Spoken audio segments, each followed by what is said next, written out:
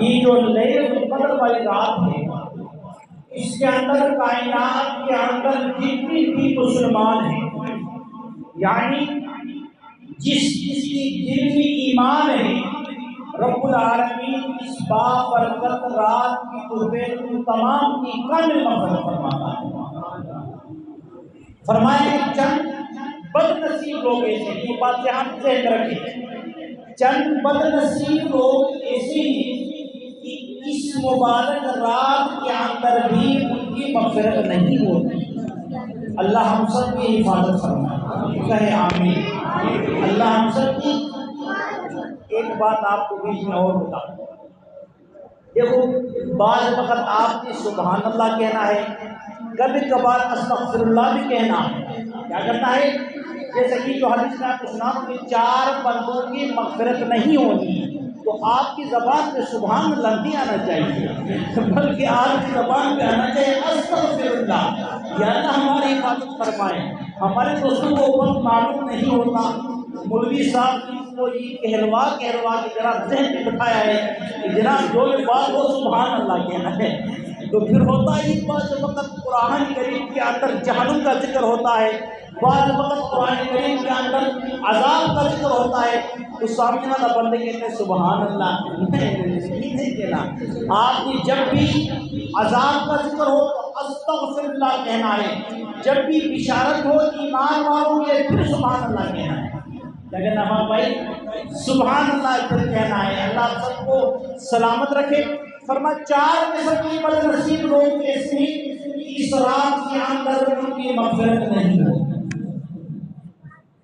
سب سے پہلا فرما وہ شخص جس کی دل میں شرک ہو، جو رب کی ساتھ کسی کو شریک کرے گا، فرمایا کہ اس رات کے اندر اس مشرک کی مغفرت نہیں ہوتی۔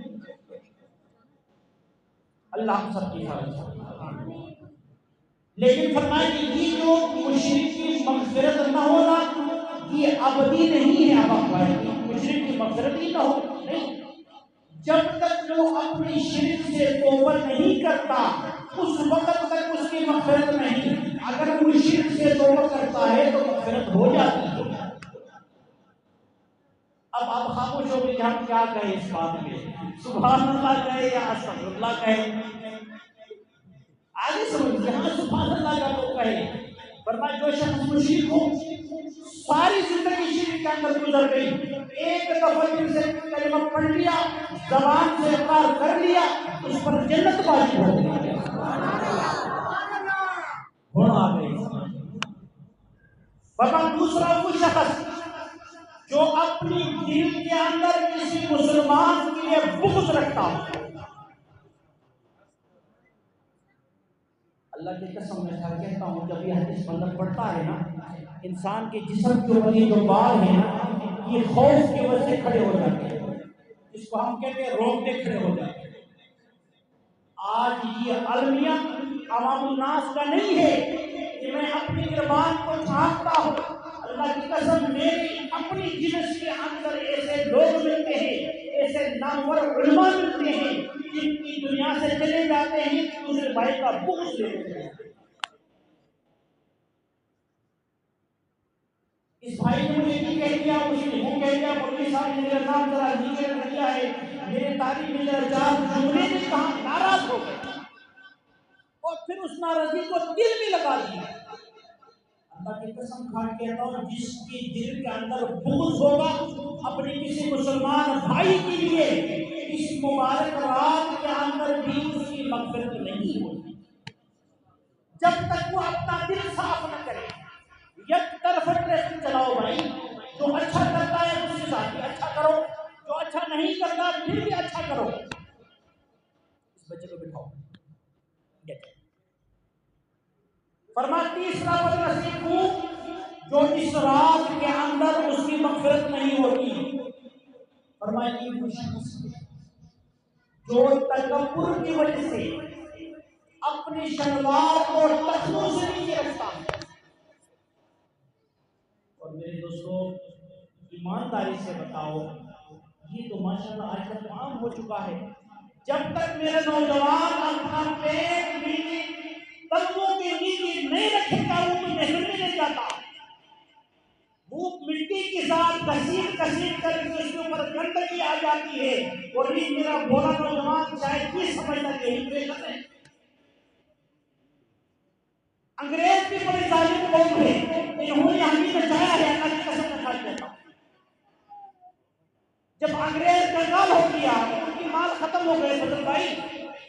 انہوں نے کہا چلو ایسا کرتے ہیں کہ اپنی جناب پرانا پینٹ پہنتے ہیں، اس کے اندر کہیں سوراخ آ گیا، ہم مسلمانوں نے دیکھا کہ شاعری میں نیا فیشن آ گیا، ہم نے پہلے پینٹ پھاڑ کر پہننا شروع کیا۔ اس لیے یہ شلوار ٹخنوں سے نیچے رکھنا اگر تکبر سے رکھو گے تو اس رات اس کی مغفرت نہیں ہوتی۔ اس لیے آپ نے آج کی بات اس بات کو اس محفل میں آنے کا مقصد تب پورا ہوگا کہ یہاں سے جو بات سنو گے اس پر عمل کریں گے میرے دوست، اپنی شلوار کو تقدس سے عمل کریں گے نا۔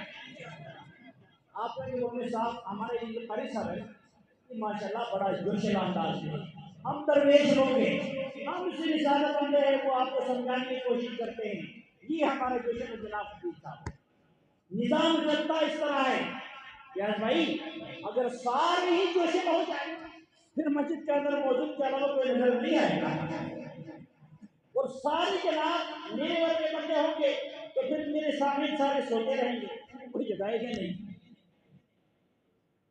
میں آپ کو سمجھانا چاہتا ہوں یہ حدیث، اس کو سمجھو۔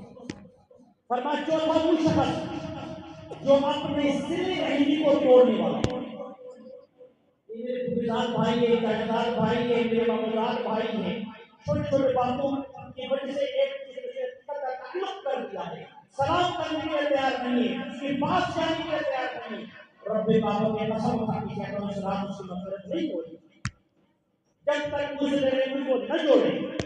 اور پانچواں آخری شخص بدنصیب وہ بدنصیب جس کی اس رات کے اندر مغفرت نہیں ہوتی، فرمائیں کہ وہ شخص ہوگا جن کی والدین بڑھاپے کے عالم کو پہنچ گئے اور وہ اس کا نافرمان بن گیا، ماں باپ کی بات نہیں مانتا، ان کی خدمت نہیں کرتا، اور ماں باپ کو ایسا دکھ دیا ہے کہ اس دکھ ماں باپ نے اپنے دل کو لگا دیا ہے، اور باپ نے کہا جان بولو آج کے بعد میرے کوئی رشتہ نہیں، آج کے بعد تو آنکھ ہو گیا۔ رب کعبہ کی قسم کھا کہتا ہوں اگر یہی شخص اس رات کو پوری شام سے لے کر صبح تک حالت سجدے میں رہے گا پھر بھی مغفرت نہیں ہوگی۔ اگر اسی رات بیت اللہ کے پاس جائے وہاں غلاف پکڑ کے روتا رہے، رب کعبہ کی قسم کھا کے کہتا پھر بھی مغفرت نہیں۔ آپ کا جنت آپ کا ماں باپ ہے، یاد رکھو میرے دوستوں، یہ راتیں لیلۃ القدر، شب برات، شب قدر، ليلۃ المعراج، رمضان، یہ ساری مغفرت اس وقت ہوگی کہ آپ سے آپ کا ماں باپ راضی ہو۔ اس لیے میرے آخری گزارش آپ لوگوں سے کی ہے کہ جو حدیث میں آپ کو سنایا ہے اگر امام نبی کی بات ہو تو مت مانے، کسی عالم کی بات ہو نہ مانے، کسی ولی کی بات ہو مت مانو، کوئی بات نہیں، کسی مولوی نے لکھا ہے مت مانو، لیکن جو سرکار دو عالم صلی اللہ علیہ وسلم نے فرمایا ہو تو بہتر مسلمان ہماری ایمان ہے، جیسا کہ اللہ کا کلام لا رہے تھے میرے نبی کا فرمان بھی لا رہے تھے، عمل کریں گے ہاتھ اٹھائے جو اس کی سمجھ فراہم کرے گا۔ اللہ سب کو سلامت رکھے، اللہ کے ہاتھوں کے اندر اتنی طاقت دے کہ ہر سال حج اور عمرہ کرے، اللہ آپ کے عمر میں برکت عطا فرمائے، آپ کے بچوں کو سارے بنائے۔ ہمارے جو نوجوان بھائی آئے ہیں کہ ہمارے مہمان آیا ہے جمشید بھائی، ہمارا آفاق بھائی بہت پیار کرنے والے بندے ہیں، اللہ ان سب کو سلامت رکھے، ابھی کے آنے کو جناب خوش آمدید کہتے ہیں۔ اب یعنی جو ہے میرے موبائل کے اندر جو میسج آیا ہے بھائی جو ہے زیادہ بہت پیارا بھائی، بہت پیارا بندہ ہے، اس مسجد کے ساتھ مدرسے کے ساتھ تعلق کرتا رہتا ہے، انہوں نے میرے نانا کا جو ہے وفات ہو، اس کا نماز ہو گیا ہے، دعا کرے سارے اللہ اس کی مانے کی آخرت کی مراد آسان فرمائے، اللہ اس کی قبر کو جنت کی باغوں میں سوا فرمائے، اللہ آقا علیہ السلام کی زیارت نصیب فرمائے، حضور صلی اللہ علیہ وسلم کی شفاعت نصیب فرمائے، وآخر دعوانا الحمد للہ رب العالمین۔